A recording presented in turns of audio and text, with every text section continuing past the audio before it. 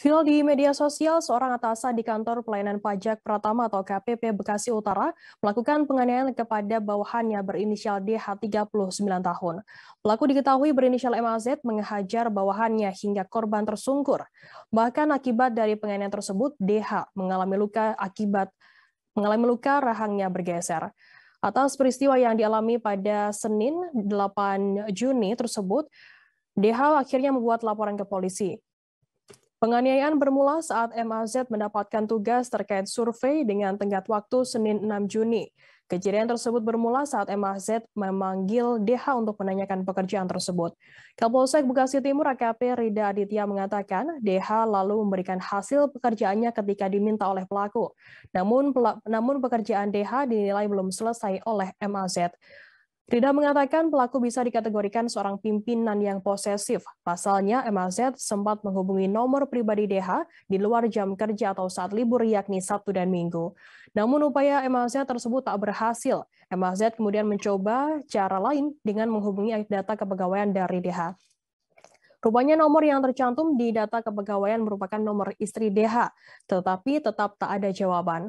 Alhasil MAZ bertanya alasan mengapa DH tak bisa dihubungi, begitu juga lewat nomor istrinya.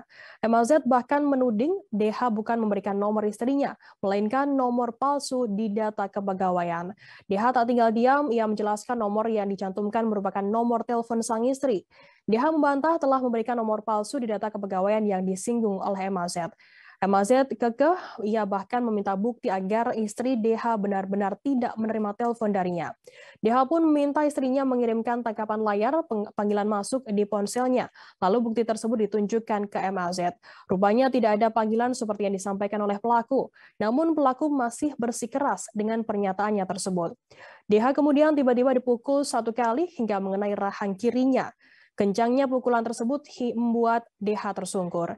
Adapun kasus ini masih dalam penyelidikan pihak kepolisian, saksi-saksi terus digali keterangan termasuk terlapor. MAZ yang menjadi pelaku pemukulan DH juga belum ditangkap oleh pihak kepolisian. Sementara itu, Direktorat Jenderal Pajak atau DJP mengecam kekerasan yang dilakukan yang terjadi di KPP Bekasi Utara tersebut. Saat ini MAZ bahkan terancam mendapatkan sanksi kepegawaian. Direktur Humas DJP Neil Maldirin Nur mengatakan peristiwa pemukulan terjadi karena kesalahpahaman antara atasan dan bawahan terkait pekerjaan. Keduanya sempat terlibat perdebatan akibat kesalahpahaman tersebut. Hal itu memicu pelaku yang merupakan atasan korban hingga hilang kendali. Unit Kepatuhan DJP juga sudah bertindak, pelaku telah diperiksa dan terancam hukuman kepegawaian. Terima kasih sudah nonton, jangan lupa like, subscribe, dan share ya!